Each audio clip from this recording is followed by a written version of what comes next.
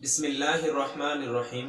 میرے محترم دوستوں اور بزرگ، آج ہم بات کریں گے کہ صلاۃ التسبیح کا کیا طریقہ ہے اور اس کی کتنی رکعت ہوتی ہیں، اس کی جماعت ہوتی ہے یا نہیں، اور اس کی فضیلت کیا ہے۔ انشاءاللہ اس ویڈیو کے اندر تمام چیزیں بتائی جائیں گی، آپ ویڈیو کو لاسٹ تک ضرور دیکھیں۔ سب سے پہلے میں بتاتا چلوں کہ صلاۃ التسبیح کی فضیلت کیا ہے کہ آپ صلی اللہ علیہ وسلم نے اپنے چاچا حضرت عباس رضی اللہ تعالی عنہ کو یہ بتایا کہ عباس، یہ 4 رکعت ہوتی ہیں اس کی صلاۃ التسبیح کی، اگر تم اس کو پڑھ لو گے تو کیا ہوگا، پڑھنے سے کیا ہوگا کیا نہیں ہوگا۔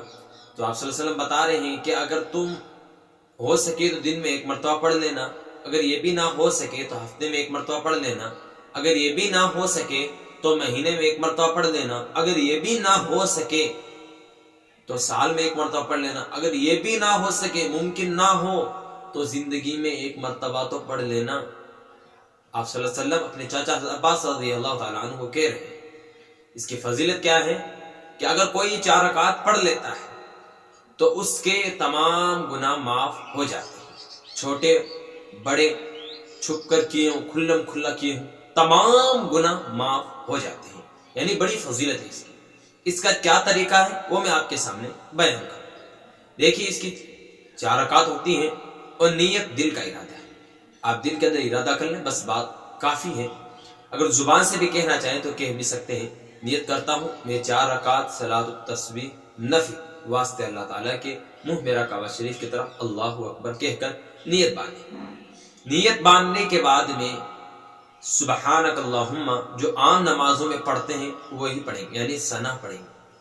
ثنا پڑھنے کے بعد میں پھر اس کے بعد 15 مرتبہ تیسرا کلمہ سبحان اللہ والحمد للہ ولا الہ الا اللہ واللہ اکبر، یہاں تک پڑھنا ہے 15 مرتبہ۔ اگر کسی بات وقت زیادہ ہو تو پورا کلمہ بھی پڑھ سکتا ہے۔ تو 15 مرتبہ پڑھنے کے بعد میں پھر اس کے بعد میں کیا پڑھیں گے؟ اعوذ باللہ من الشیطان الرجیم، بسم اللہ الرحمن الرحیم۔ پھر اس کے بعد میں الحمد شریف پڑھیں گے۔ پھر اس کے بعد میں کوئی سورت پڑھیں گے۔ سورت پڑھنے کے بعد میں پھر 10 مرتبہ اور پڑھنا ہے۔ 10 مرتبہ پڑھنے کے بعد میں پھر رکوع میں جائیں گے۔ رکوع میں جانے کے بعد میں رکوع کی تسبیح پڑھیں گے 10، یعنی سبحان ربی العظیم کے بعد میں 10 مرتبہ۔ رکوع کی جو تسبیح ہے چاہے 3 مرتبہ پڑھ لیں یا 5 مرتبہ پڑھ لیں، اس کے بعد میں 10 مرتبہ پڑھ لیں۔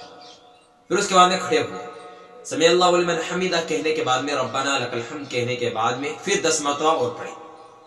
10 مرتبہ پڑھنے کے بعد میں پھر سجدے میں جائیں گے۔ سجدے میں جانے کے بعد میں سجدے کی تسبیح پہلے پڑھیں، پھر اس کے بعد میں 10 مرتبہ پڑھیں۔ پھر اس کے بعد دونوں سجدوں کے درمیان بیٹھیں گے تو اس وقت 10 مرتبہ اور پڑھیں گے۔ پھر اس کے بعد واپس سجدے میں جائیں گے تو پھر 10 مرتبہ اور پڑھیں گے، یعنی کہ پہلی رکعت کے اندر 75 مرتبہ پڑھ دی۔ تو ڈائریکٹ پڑھیں گے تو 15، پھر اس کے بعد میں الحمد شریف اور سورت کے بعد میں 10 مرتبہ، تو کتنے 25 کے بعد میں پھر رکوع میں 10 مرتبہ پڑھیں گے تو 35 کے بعد میں پھر کھڑے ہوں گے، سمیع اللہ لمن حمیدہ کہنے کے بعد 35 اور 10 45۔ پھر اس کے بعد میں سجدے میں جائیں گے، 45 اور 10 55 اور پھر اس کے بعد میں واپس دونوں سجدے کے درمیان بیٹھتے ہیں تو 65۔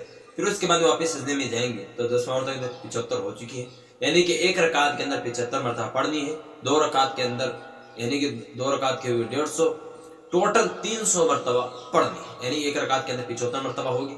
اب یاد رکھیے دوسرے رکعت کے لیے ڈائریکٹ کھڑے ہوں گے تو سبحانک اللہ نہیں پڑھنا، یعنی جو ثنا ہے وہ 1 مرتبہ پڑھ چکے ہیں، اب اس کو واپس دوبارہ دہرانے کی ضرورت نہیں ہے، نہ اعوذ باللہ کو دہرانے کی ضرورت ہے۔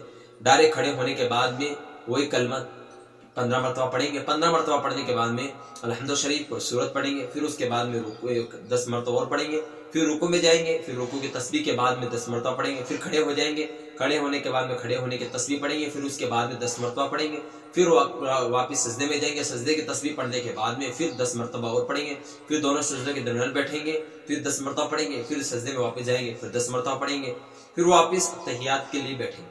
اتحیات پڑھنے کے بعد میں خالص اتحیات پڑھنی ہے، اس کے بعد میں کچھ نہیں پڑھنا ہے، یعنی کہ کلمہ وغیرہ یہ جو تسبیح ہے، صلاۃ تسبیح کی جو تسبیح ہے اس کو نہیں پڑھنا ہے۔ یہاں پر اتحیات پڑھ کر ڈائریکٹ کھڑے ہو جائیں گے۔ کھڑے ہونے کے بعد میں پھر 15 مرتبہ پڑھنی ہے، 15 مرتبہ پڑھنے کے پھر کوئی سورت پڑھیں گے، الحمد شریف کے بعد میں کوئی سورت پڑھیں گے، سورت پڑھنے کے بعد میں پھر 10 مرتبہ اور پڑھیں گے، پھر رکوع میں جائیں گے اسی طرح